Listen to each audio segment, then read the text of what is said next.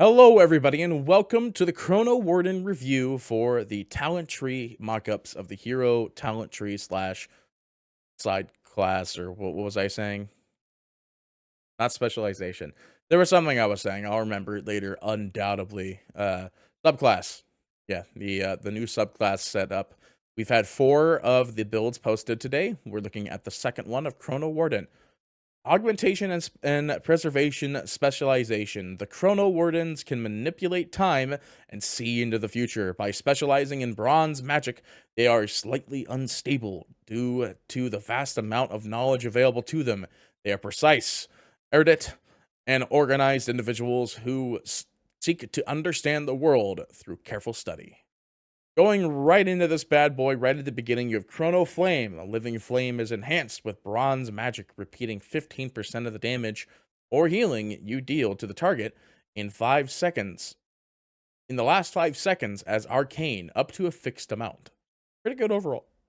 It seems like it's a free echo for Living Flame, which is really nice. Following that, on the left side of the tree, we have Warp. Basically just turns hover into warp. I bet you blink the same distance, however, it is reduced by 5 seconds. It has more importance later down the line. Let's leave it at that. Because when you go down to modes of acceleration, it is needed, I believe, to use warp for that. So, kind of important, but warp is basically you're going to get warp regardless. It'll always be warp. So hopefully they don't just delete the flap animation, because I really like the flap animation of just hover. So we'll see though. We'll see. Following that, we have Temporal Burn. Tip the scales. Overloads you with temporal energy. I thought I said temporal. Temporal energy, increasing your haste, movement speed, and cooldown recovery rate by 2%, ramping up to 40% over 20 seconds. So I ain't super good at math. I'm not gonna try to math this one out. But basically it seems like it's just gonna be pretty good at the beginning, and then it just like ramps up to omega good at the beginning or after 20 seconds. So no real downside to temporal burst. A lot of people already press tip the scales on cooldown anyway, so in reality, they love you, mon ami. What are you gonna do? Abasoli. Anyway, reverberations. Spirit Bloom heals for an additional 50% over 8 seconds, while Upheaval also does 30% additional damage over 8 seconds. So pretty straightforward. More damage, more healing over X amount of time. I bet that's gonna stay.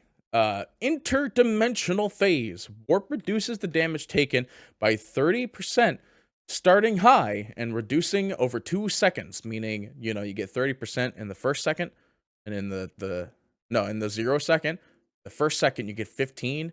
By the time it's 2 seconds, you're basically just, you don't have the defensive anymore. It just kind of. Then there's motes of acceleration, which is what we were talking about earlier. Warp leaves a trail of motes of acceleration. Allies who come in contact with a mote gain 20% move speed for 30 seconds. Preservation, you're doing work by giving your Death Knights move speed. That's pretty much it. Threads of Fate, casting an essence ability during temporal burst causes a nearby ally to gain Thread of Fate for 15 seconds, granting them a chance to echo their damage or healing spells, dealing 15% of the amount again.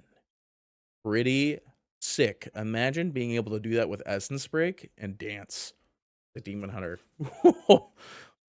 That's a spicy meatball. Then we have Primacy. For each damage or healing over time effect from Upheaval or Spirit Bloom, gain 3% haste up to 9%. Basically, you just cast 3 healing or damage over time spells, and then bam, you get some haste. Ooh, what's the downside? Following that, we have Careful Contemplation. Your intellect and stamina is increased by 10%. However, your cooldowns are increased by 10%. I was trying to figure out which class was really going to use this, because 10% cooldowns on both Prez and Aug are really bad. Like, Aug really needs to keep uptime, but at the same time, like, if Augmentation ends up taking it instead, they're probably going to have the higher benefit of the doubt for either one of the two, because they'll have more intellect to give more ebb and might, right?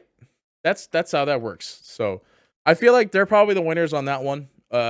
Other than that, time conversion seems pretty good too.